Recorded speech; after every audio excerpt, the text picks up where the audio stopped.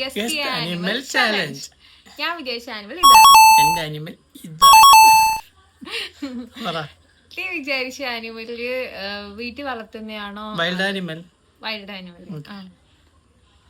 നിന്റെ domestic or wild? ഞാൻ വിചാരിച്ചത് വൈൽഡ് ആനിമൽ ആണ്. വീട്ടിൽ വളർത്തുന്നവരും ഉണ്ട്. കുതിരയാണോ? അല്ല അല്ല. നീ വിചാരിച്ച ആനിമല് നാല് കാലൊക്കെ ഉള്ള ആനിമലാണോ?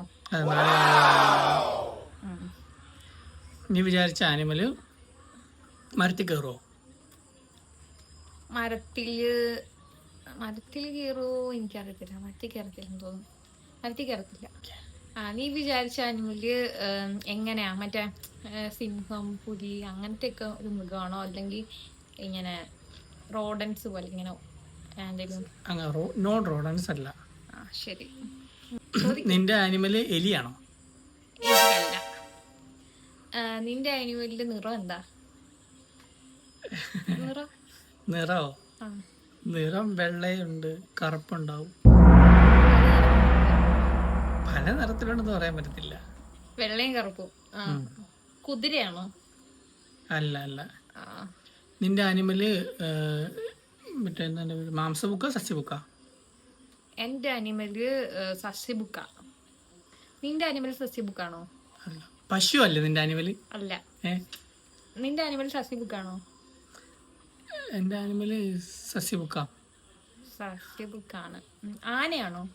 അല്ലല്ല. ഞാൻ പറയട്ടെ, നിന്റെ animal കഴുതയല്ലേ? 1 hour later.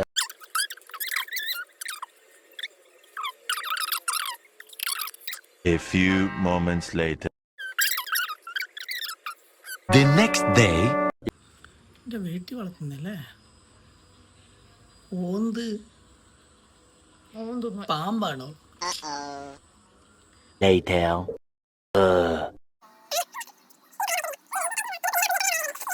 One eternity later. ചോദ്യം ചോദിക്കടി. എനിക്കൊന്നും കിട്ടുന്നില്ല. പോടാ. നമുക്ക് വിവരമില്ല വരീതേ. ശരി കിട്ടിയോടെ.